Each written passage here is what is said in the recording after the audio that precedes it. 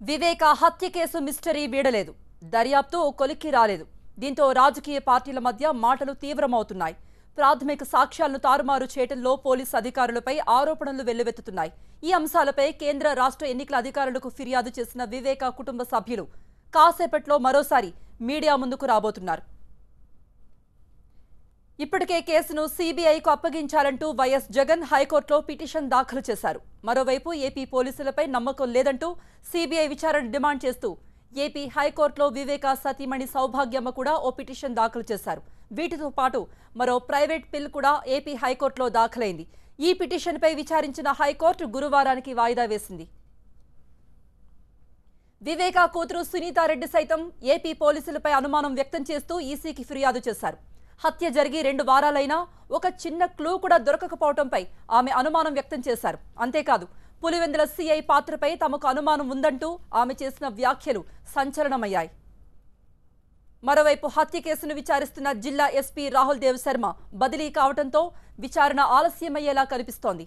ఇప్పటికే వివేక సన్నిహితుడు ఎర్రగంగిరెడ్డి, వ్యక్తిగత కార్యదర్శి కృష్ణారెడ్డి, పరమేశ్వరరెడ్డి, శేఖర్ రెడ్డి, శివశంకర్ రెడ్డి, నాగప్ప, వాచ్మెన్ రంగన్న, వంట మనిషితో సహా మరో 5గురిని విచారిస్తున్నారు.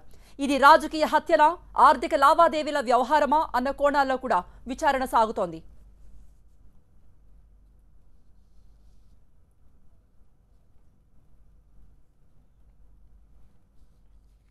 వివేక హత్య కేసు మిస్టరీ వీడలేదు. దర్యాప్తు ఓ కొలిక్కి రాలేదు. దీంతో రాజకీయ పార్టీల మధ్య మాటలు తీవ్రమవుతున్నాయి. ప్రాథమిక సాక్ష్యాలను తారుమారు చేయడంలో పోలీసు అధికారులపై ఆరోపణలు వెల్లువెత్తుతున్నాయి. ఈ అంశాలపై కేంద్ర రాష్ట్ర ఎన్నికల అధికారులకు ఫిర్యాదు చేసిన వివేక కుటుంబ సభ్యులు మరి కాసేపట్లో మరోసారి మీడియా ముందుకు రాబోతున్నారు.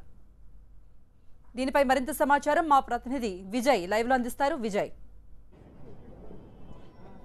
వివేకానందరెడ్డి కూతురు మరి కాసేపట్లో మీడియాతో మాట్లాడే అవకాశం కనిపిస్తుంది. ఇప్పటికే ఈ కేసుకు సంబంధించి ఆమె అనేక అనుమానాలు వ్యక్తం చేస్తూ ఢిల్లీలో కేంద్ర హోం సెక్రటరీని కలిశారు. ఆ తర్వాత ఆంధ్రప్రదేశ్ ఎన్నికల కమిషన్తో పాటుగా కేంద్ర ఎన్నికల కమిషన్ కూడా కలిసినటువంటి పరిస్థితి. ప్రస్తుతం ఆమె చేసిన ఆరోపణలంతా కూడా కేసు ఇన్వెస్టిగేషన్ పైన తమకు డౌట్స్ వస్తున్నాయి. సిట్ ఇన్వెస్టిగేషన్ మొదటి నుంచి కూడా కొంత అనుమానాలు తావిస్తున్న నేపథ్యంలో సిట్ ఇన్వెస్టిగేషన్ సంబంధించిన వ్యవహారం పైన ఆమె కొంత విమర్శలు చేస్తున్నారు. సిట్ ఇన్వెస్టిగేషన్ లో భాగంగా అక్కడ ఉన్నటువంటి శంకరయ్య అనేటువంటి ఇన్స్పెక్టర్ ఎందుకు సరిగా యాక్ట్ చేయలేదు, వివేకానందరెడ్డి హత్య జరిగిన రోజు ఆయన ఎందుకు ఆ ఇన్వెస్టిగేషన్ లో భాగంగా ఇంక్వెస్ట్ పోస్ట్ మార్టం కావచ్చు, లేదంటే శవ పంచనామా కావచ్చు, ఎందుకు ఆయన ముందస్తుగా చర్యలు తీసుకోలేదన్న అనుమానాన్ని ఆమె వ్యక్తం చేస్తున్నారు. దాంతో పాటుగా దాదాపు ఈ హత్య కేసు విచారణ 2 వారాలకు పైగా కొనసాగుతున్న నేపథ్యంలో ఏ విషయాన్ని కూడా పోలీసు అధికారులు ఇంతవరకు ప్రకటించట్లేదు. కాబట్టి దీంట్లో కొంత అనుమానాలు వస్తున్నాయనే విషయాన్ని మాత్రం ఆమె స్పష్టంగా చెప్తున్నారు. ఇప్పటికే వైఎస్ వివేకానందరెడ్డి భార్య సౌభాగ్యమ హైకోర్టులో పిటిషన్ దాఖలు చేశారు.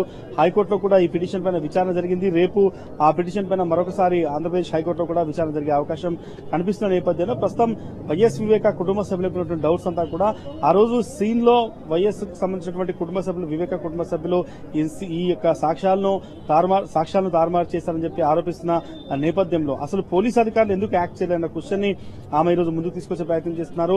అక్కడ ఉన్నటువంటి ఇన్స్పెక్టర్ శంకరయ్య ఎందుకు ఈ కేసుకు సంబంధించిన అంటే ఆ ఇన్సిడెంట్ జరిగిన సమయంలో ఎందుకు ఆ రకంగా వ్యవహరించారు, ఆయన ఎందుకు పోస్ట్ మార్టం చేయాలని చెప్పి భావించలేదు, తర్వాత శవ పంచనామాకు ఎందుకు ట్రై చేయలేదనే విషయాన్ని మాత్రం ప్రస్తుతం వాళ్ళు క్వశ్చన్ చేస్తున్నటువంటి పరిస్థితి కనిపిస్తుంది. ప్రస్తుతం ఇంకా సిట్ దర్యాప్తు దాదాపు 2 వారాలుగా కొనసాగుతున్నప్పుడు కూడా ఇప్పటికీ ఎటువంటి క్లారిటీ కూడా రాలేదు. ఏ ఒక్క విషయంలో పైన కూడా సిట్ అధికారులు తమకు అసలు విషయం చెప్పట్లేదు. ఎందుకంటే ఇప్పటివరకు పులివెందులకు సంబంధించిన దాదాపు 65 మంది పైగా అనుమానితులు ఉన్నారు. అందరినీ విచారిస్తామని చెప్తున్నారు. కానీ ఇప్పటివరకు ఏ ఒక్కరిని కూడా ఈ కేసుకు సంబంధించిన వ్యవహారంలో పోలీసులు నిందితులుగా చూపెట్టట్లేదు. అసలు హత్య ఎవరు చేశారు ఇంతవరకు తమకు కూడా చెప్పట్లేదు. కాబట్టి ఈసారి మరోసారి ఆమె డిమాండ్ చేసే అవకాశం కనిపిస్తుంది. దాంతో పాటుగా ఇప్పటికే కేంద్ర హోం సెక్రటరీని కలిశారు, కోర్టును ఆశ్రయించారు. కాబట్టి ఈ రోజు వాళ్ళు ఏం చెప్తారన్న మొత్తం కొంత ఇంట్రెస్ట్ గా మారింది. మరికొద్ది సేపట్లోనే అటు వివేకానందరెడ్డి కూతురు, భార్య మీడియాతో మాట్లాడే అవకాశం అయితే కనిపిస్తుంది. రైట్ విజయ్.